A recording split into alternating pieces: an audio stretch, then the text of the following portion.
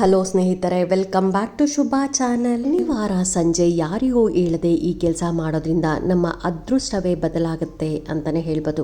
ಹಾಗಾಗಿ ಜ್ಯೋತಿಷ್ಯದಲ್ಲಿ ಶನಿದೇವರನ್ನು ಮೆಚ್ಚಿಸಲು ಕೆಲವು ವಿಶೇಷ ಮಾರ್ಗಗಳಿವೆ. ಈ ಪರಿಹಾರಗಳನ್ನು ಮಾಡೋದ್ರಿಂದ ಎಲ್ಲ ತೊಂದರೆಗಳು ಕೊನೆಗೊಳ್ತವೆ ಅಂತಲೇ ಹೇಳ್ಬೋದು.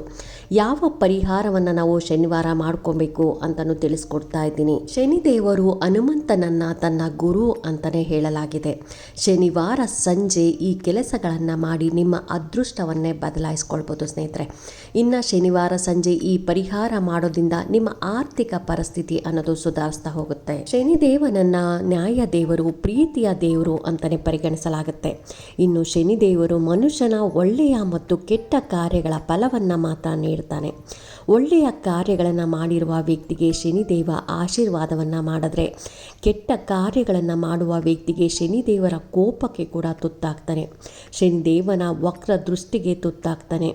ಅಂತಹ ವ್ಯಕ್ತಿಗೆ ಕಷ್ಟ ಕಟ್ಟಿಟ್ಟ ಬುದ್ಧಿ ಅಂತಲೇ ಹೇಳ್ಬೋದು ಸ್ನೇಹಿತರೆ. ತಾಂತ್ರಿಕ ಗ್ರಂಥಗಳಲ್ಲಿ ಶನಿದೇವರನ್ನು ಮೆಚ್ಚಿಸಲು ನಾವು ಕೆಲವು ಪರಿಹಾರಗಳನ್ನು ಮಾಡೋದ್ರಿಂದ ಎಲ್ಲ ರೀತಿಯ ನೋವುಗಳು ಕೊನೆಗೊಳ್ತವೆ ಅಂತಲೇ ಹೇಳ್ಬೋದು.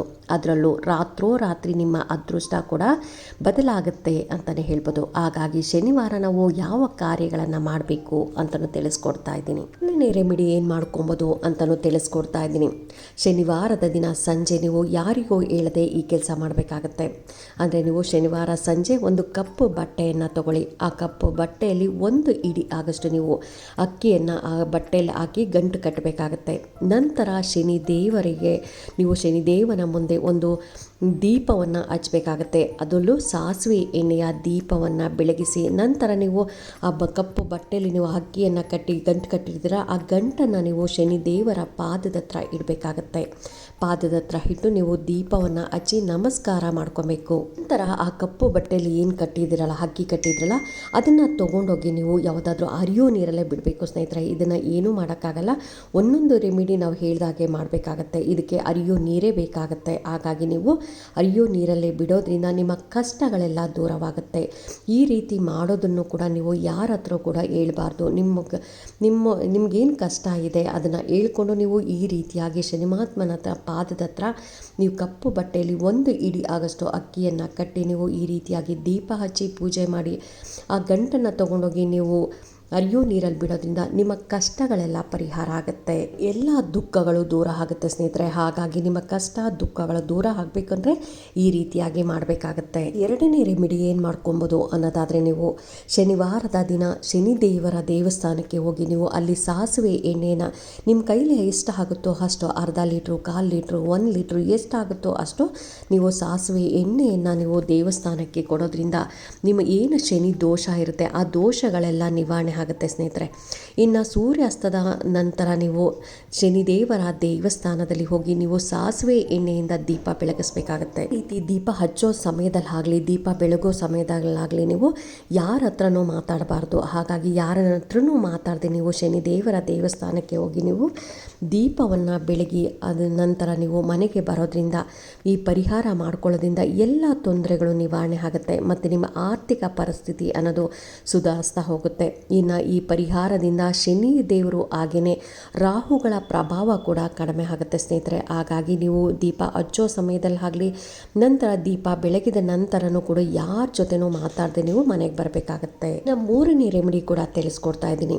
ಶನಿವಾರ ಸಂಜೆಯ ಸಮಯದಲ್ಲಿ ನೀವು ಆಂಜನೇಯ ಸ್ವಾಮಿಯ ದೇವಸ್ಥಾನಕ್ಕೆ ಹೋಗಬೇಕಾಗತ್ತೆ. ಯಾಕೆ ಅಂದರೆ ಶನಿದೇವ ಹನುಮಂತನನ್ನು ತನ್ನ ಗುರು ಅಂತಲೇ ಪರಿಗಣಿಸುತ್ತೆ. ಹಾಗಾಗಿ ನೀವು ಆ ದಿನ ಶನಿವಾರ ಸಂಜೆ ಸಮಯದಲ್ಲಿ ಹನುಮಂತನ ಮುಂದೆ ನೀವು ದೇಸಿ ತುಪ್ಪದಿಂದ ನೀವು ದೀಪವನ್ನು ಬೆಳಗಿಸ್ಬೇಕಾಗತ್ತೆ. ನಂತರ ಅಲ್ಲೇ ಕೂತ್ಕೊಂಡು ನೀವು ದೇವಸ್ಥಾನದಲ್ಲೇ ಕೂತ್ಕೊಂಡು ನೀವು ಹನುಮಾನ್ ಚಾಲೀಸನ್ನು ಪಠನೆ ಮಾಡಿ ನೀವು ಬಾಳೆಹಣ್ಣನ್ನು ಹನುಮಂತನ ದೇವಸ್ಥಾನಕ್ಕೆ ಪ್ರಸಾದವಾಗಿ ನಿಮ್ಮ ಕೈಲಿ ಎಷ್ಟಾಗುತ್ತೋ ಅರ್ಧ ಡಜನ್, ಅರ್ಧ kg, 1 kg ಈ ರೀತಿಯಾಗಿ ಪ್ರಸಾದವನ್ನು ನೀವು ಅರ್ಪಣೆ ಮಾಡೋದ್ರಿಂದ ಶನಿದೇವ ಸಂತಸಗೊಳ್ತಾನೆ ಅಂತಲೇ ಹೇಳ್ಬೋದು. ಶನಿದೇವನ ಅನುಗ್ರಹದಿಂದ ಎಲ್ಲ ತೊಂದರೆಗಳು ಕೊನೆಗೊಳ್ಳುತ್ತೆ ಅಂತಲೇ ಹೇಳ್ಬೋದು. ಹಾಗಾಗಿ ನೀವು ಶನಿವಾರದ ದಿನ ಸಾಯಂಕಾಲದ ಸಮಯದಲ್ಲಿ ನೀವು ದೇಸಿ ತುಪ್ಪ ಅಂದರೆ ಹಸುವಿನ ತುಪ್ಪದಿಂದ ನೀವು ದೀಪವನ್ನು ಬೆಳಗಿಸಿ ಹನುಮಾನ್ ಚಾಲೀಸನ ಪಠನೆ ಮಾಡಿ ನೀವು ಅಲ್ಲಿ ಬಾಳೆಹಣ್ಣಿನನ್ನು ಪ್ರಸಾದವಾಗಿ ಕೊಡೋದ್ರಿಂದ ಸ್ನೇಹಿತರೆ ನಿಮಗೇನು ಶನಿ ಕಾಟ ಇರುತ್ತೆ, ಶನಿ ದೋಷ ಇರುತ್ತೆ, ವಕ್ರ ದೃಷ್ಟಿ ಇರುತ್ತೆ, ಎಲ್ಲವೂ ಪರಿಹಾರ ಆಗುತ್ತೆ ಅಂತಲೇ ಹೇಳ್ಬೋದು. ಅದೃಷ್ಟ ಬರಬೇಕು, ನಿಮ್ಮ ಸಂಪತ್ತು ಹೆಚ್ಚಾಗಬೇಕು ಅನ್ನೋದಾದರೆ ಶನಿವಾರದ ದಿನ ನಾವು ಯಾವ ಕೆಲಸವನ್ನು ಮಾಡಬೇಕು ಅನ್ನೋದಾದರೆ, ನೀವು ಶನಿವಾರ ಸಂಜೆ ಕಪ್ಪು ನಾಯಿ ಅಥವಾ ಕಪ್ಪು ಹಸುವಿಗೆ ರೊಟ್ಟಿಯನ್ನು ತಿನ್ನಲು ನೀವು ಕೊಡಬೇಕಾಗತ್ತೆ.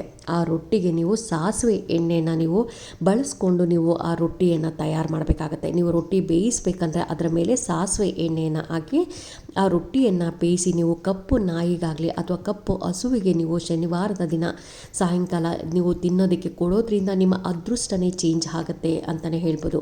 ಅದರಲ್ಲೂ 7.5 ಪ್ರಭಾವ ಕೂಡ ಕಡಿಮೆ ಆಗ್ತಾ ಹೋಗುತ್ತೆ.